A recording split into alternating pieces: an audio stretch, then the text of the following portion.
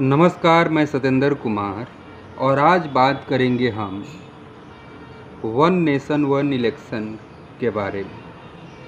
हमने पिछले वीडियो में बताया था आपको कि 8 सदस्यों की एक कमेटी थी जिसने वन नेशन वन इलेक्शन पर अपना रिपोर्ट वर्तमान राष्ट्रपति द्रौपदी मुर्मू जी को सौंप दी। उस कमेटी के अध्यक्ष पूर्व राष्ट्रपति रामनाथ कोविंद जी थे, जिसमें वन नेशन वन इलेक्शन के लिए सुझाव दिए गए हैं और कुछ तैयारियों के बारे में बताए गए। तो उसी पर आज हम बात करेंगे। पूर्व मुख्य चुनाव आयुक्त जो थे,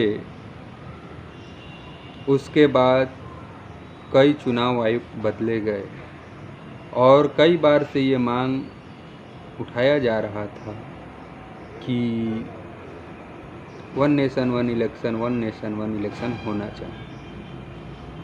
यह भी दलील दिया जा रहा था, चाहे अभी भी बीजेपी के तरफ से दिया जाता है कि 1952 से 1967 तक तो हिंदुस्तान में एक साथ चुनाव किए जाते थे, तो अब क्यों नहीं किए जा सकते। इस पर आपकी क्या राय है, ज़रूर बताएं। 1952 से 1967 के बीच भारत की आबादी लगभग 40-42 करोड़ थी और आज हिंदुस्तान की आबादी 140 करोड़ से अधिक है। तो आप समझ सकते हैं कि क्या ये इलेक्शन संभव है कि नहीं। इसी पर हम बात करेंगे। आज तक से जो पूर्व चुनाव आयुक्त रह चुके SY कुरैशी जी के द्वारा कुछ जेन्युइन सवाल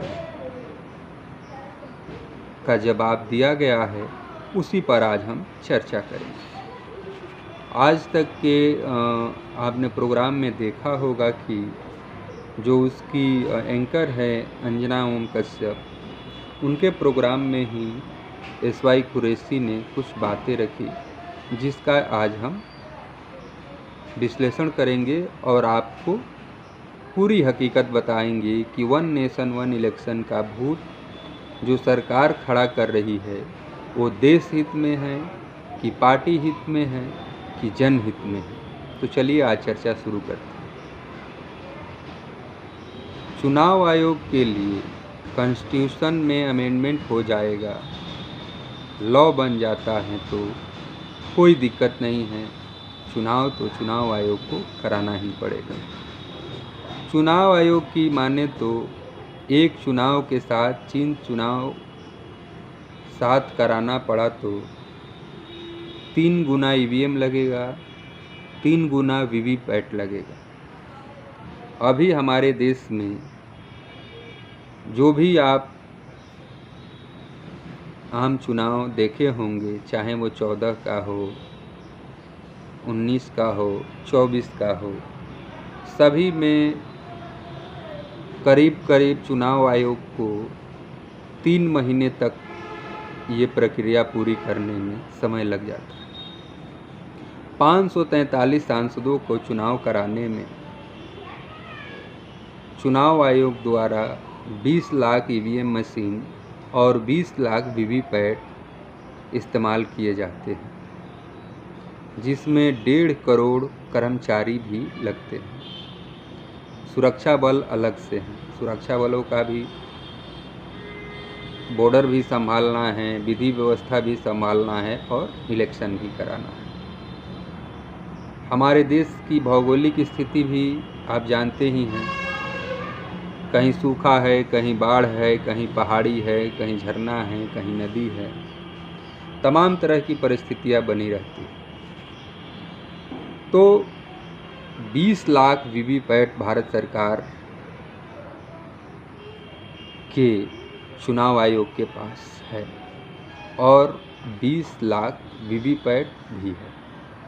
20 लाख ईवीएम 20 लाख वीवीपैट होने के बावजूद अगर एक साथ लोकसभा और विधानसभा की चुनाव अगर चुनाव आयोग कराता है, सरकार के द्वारा अगर कानून बन जाता है, तो चुनाव आयोग को ये चुनाव कराना पड़ेगा, जिसके लिए चुनाव आयोग को 60 लाख ईवीएम मशीन और 60 लाख वीवीपैट की ज़रूरत पड़ेगी।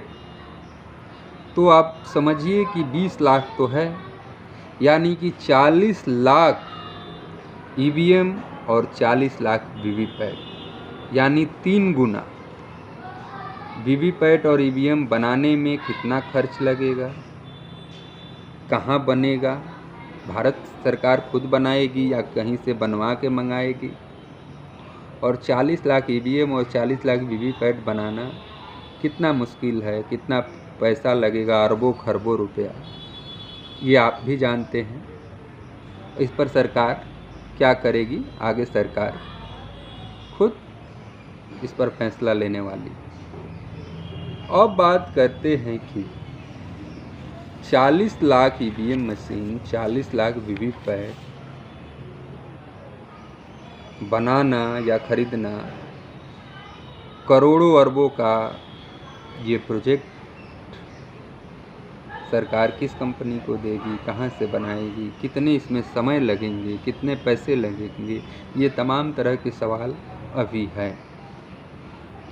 दूसरी बात कि 2029 से वन नेशन वन इलेक्शन कराने की बात कही जा रही है, क्या संभव है? ये मैन्युफैक्चर जो 40 लाख ईवीएम करानी पड़ेगी और इतनी ही संख्या में वीवीपैट भी बनाने पड़ेंगे, जिसमें काफ़ी समय लगेगा, अरबों खरबों रुपया लगेगा। एक तरह सरकार कम खर्च करने की बात कह रही है कि एक बार चुनाव होगा तो खर्चा कम होगा, और एक बार पूरे हिंदुस्तान की आवाम पर 40 लाख ईवीएम मशीन और 40 लाख वीवीपैट की बोझ लाद रही है। इसमें कितने पैसे लगेंगे, ये खर्चे कम करने के वजह सरकार खर्चे बढ़ा रही है। अब यूँ माने तो एक सिंपल सी आम भाषा में समझें कि आपके घर में अगर कोई शादी है तो आप टेंट भाड़े पर लाते हैं, खाने बनाने वाले भाड़े पर लाते हैं, गाड़ियाँ भाड़े पर खरीदते हैं। क्या सबके लिए टेंट खरीद लेना, गाड़ियों को खरीद लेना, जो खाने बनाने के लिए बर्तन लाते हैं सब खरीद लेना, क्या सही होगा?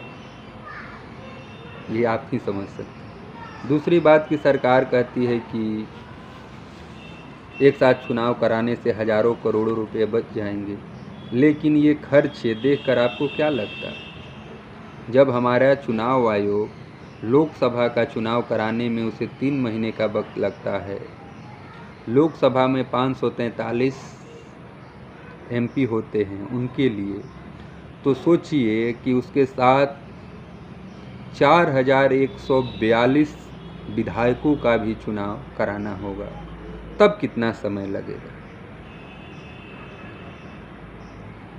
ये बड़ी गंभीर विषय है। जो सुझाव कमेटी के द्वारा दी गई है उसमें तमाम तरह की बातें कही गई है, जिसको सिलसिलेवार तरीके से हम आपको बताने की कोशिश करेंगे कि आखिर जो कमेटी की सुझाव है वो क्या है। पहला सुझाव है कि जो भी चुनाव में ईवीएम मशीन यूज होंगे उनकी कमी है, जिसे 29 से पहले चुनाव आयोग को 60 लाख ईवीएम मशीन और 60 लाख वीवीपैट चाहिए।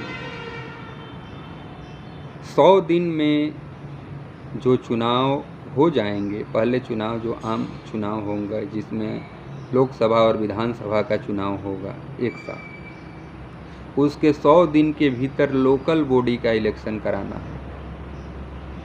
लोकल बॉडी का मतलब जैसे कोई नगर पालिका है, नगर परिषद है, मेट्रोपॉलिटन जो शहरें हैं, म्यूनसिपैलिटी है, वहाँ की चुनाव, या जिन राज्यों में विधान सभा के साथ साथ विधान परिषद है, उनका चुनाव 100 दिनों के भीतर हो। अब ये समझिए कि टोटल चुनाव कराने में 1.5 करोड़ से अधिक कर्मचारी लगेंगे, और लगते भी हैं। और वो 100 दिन का चुनाव करा के जब घर लौटेंगे तो उसके बाद फिर उन्हें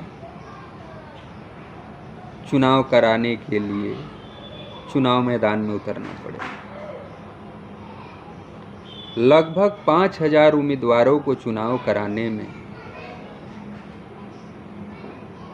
1.5 करोड़ कर्मचारी लगेंगे।